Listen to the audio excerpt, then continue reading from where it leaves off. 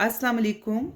आज मैं बहुत मज़े का भिंडी गोश्त बना रही हूँ। इसके लिए हमें जिन जिन चीज़ों की ज़रूरत है वो कुछ इस तरह है। मैंने मटन का गोश्त लिया है हाफ़ केजी।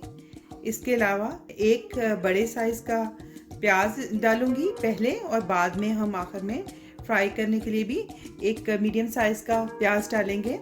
2 टमाटर चाहिए, अदरक चाहिए, एक पूरी पोथी जो है वो मुझे लहसुन की चाहिए।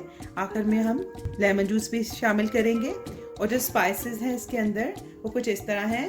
3-4 टीस्पून सॉल्ट लिया है, 1 टीस्पून लेवल मैंने सुरख मिर्च ली है, 1 टीस्पून क्रश्ड रेड चिली ली है, हाफ टी स्पून हल्दी ली है, 1 टीस्पून ज़ीरा लिया है और 1 टीस्पून धनिया पाउडर लिया है।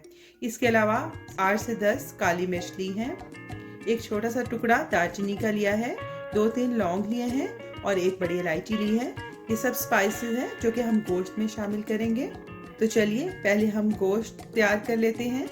गोश्त को मैंने कुकर में ऐड कर दिया है और साथ ही 6 टेबलस्पून इसमें ऑयल शामिल कर दिया है। अब मैं इसमें खड़े मसाले डाल दूंगी, साथ ही हम सब स्पाइसेस इसके अंदर डाल देंगे। अब मैं अदरक के 2 टुकड़े डाल दूंगी। आप चाहें तो आप अदरक लहसुन का पेस्ट भी डाल सकते हैं। साथ ही जो एक बड़ा प्याज है उसको मैंने मोटा मोटा काट लिया है वो डाल दूंगी और लहसुन डाल देंगे। और टमाटर को मैंने 2 हिस्सों में इस तरह काट लिया है वो भी हम डाल देंगे। इसको पूरा ही रखेंगे और जब ये गल जाएगा तो इसका छिलका उतार लेंगे। और अब मैं इसमें 1.5 कप पानी डालकर तो गोश्त को 8 से 10 मिनट तक गलने के लिए रख दूंगी। आपके गोश्त के ऊपर डिपेंड करता है कि कितनी देर में गल जाता है।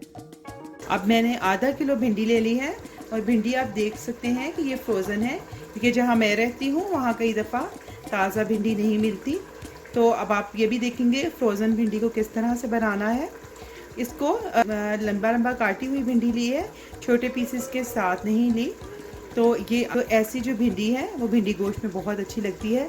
आप भी भिंडी को इस तरह लंबे लंबे पीसेस में ही काट लें।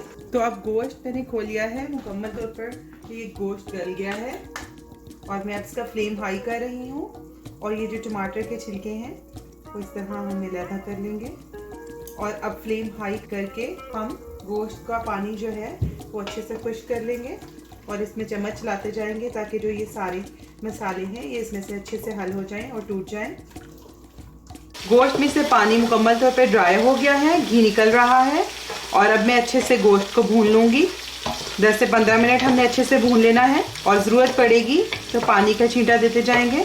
प्याज और लहसुन सारा मसाला जो है वो अच्छे से इसमें मिक्स हो गया है, टूट के हैं। अब एक तरफ तो गोश्त पक रहा है, दूसरी तरफ हम भिंडी फ्राई कर लेंगे। तो मैंने पैन में थोड़ा सा ऑयल ले लिया है और भिंडी इसमें ऐड कर देंगे।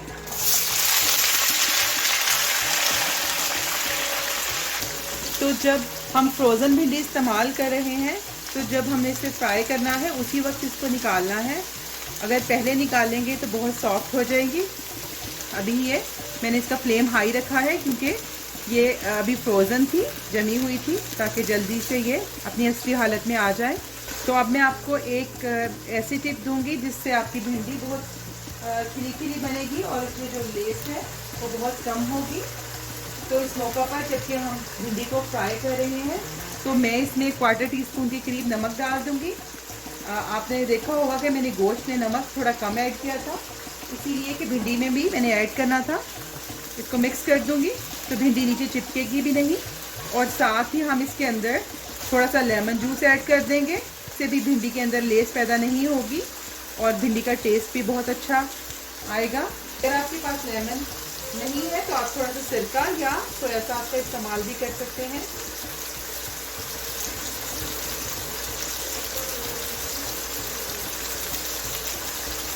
भिंडी अब अच्छे से फ्राई हो गई है तो इसको मैं निकाल लूँगी।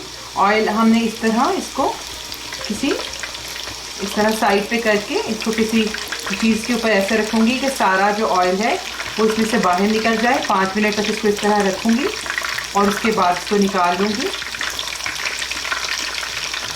गोश्त को मैंने 10 मिनट अच्छे से मसाले के साथ भून लिया है और अब मैं इसके अंदर 4 टेबलस्पून दही ऐड कर रही हूँ।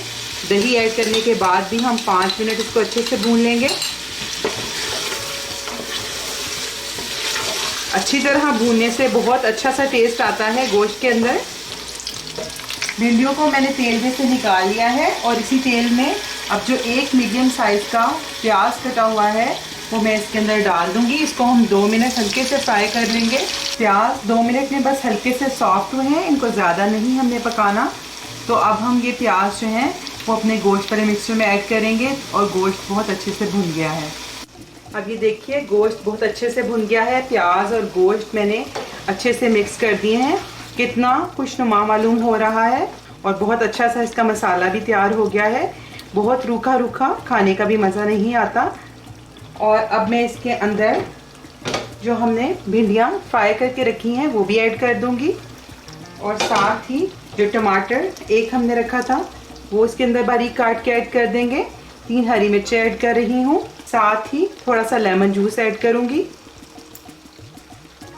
और 1/4 टीस्पून के करीब गरम मसाला ऐड करूँगी। अब इन सब चीज़ों को अच्छे से मिक्स कर लूँगी।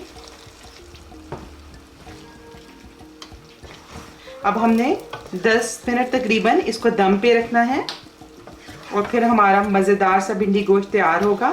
सारे मसाले भिंडी के अंदर अच्छे से मिक्स हो जाएंगे। तो मैं बिल्कुल लो फ्लेम पर इसको दम पे रख रही हूँ। अब हमारा भिंडी गोश्त बिल्कुल तैयार हो गया है। आकर मैं इसमें हरा धनिया डाल दूँगी और अब हम इसे डिश आउट करते हैं।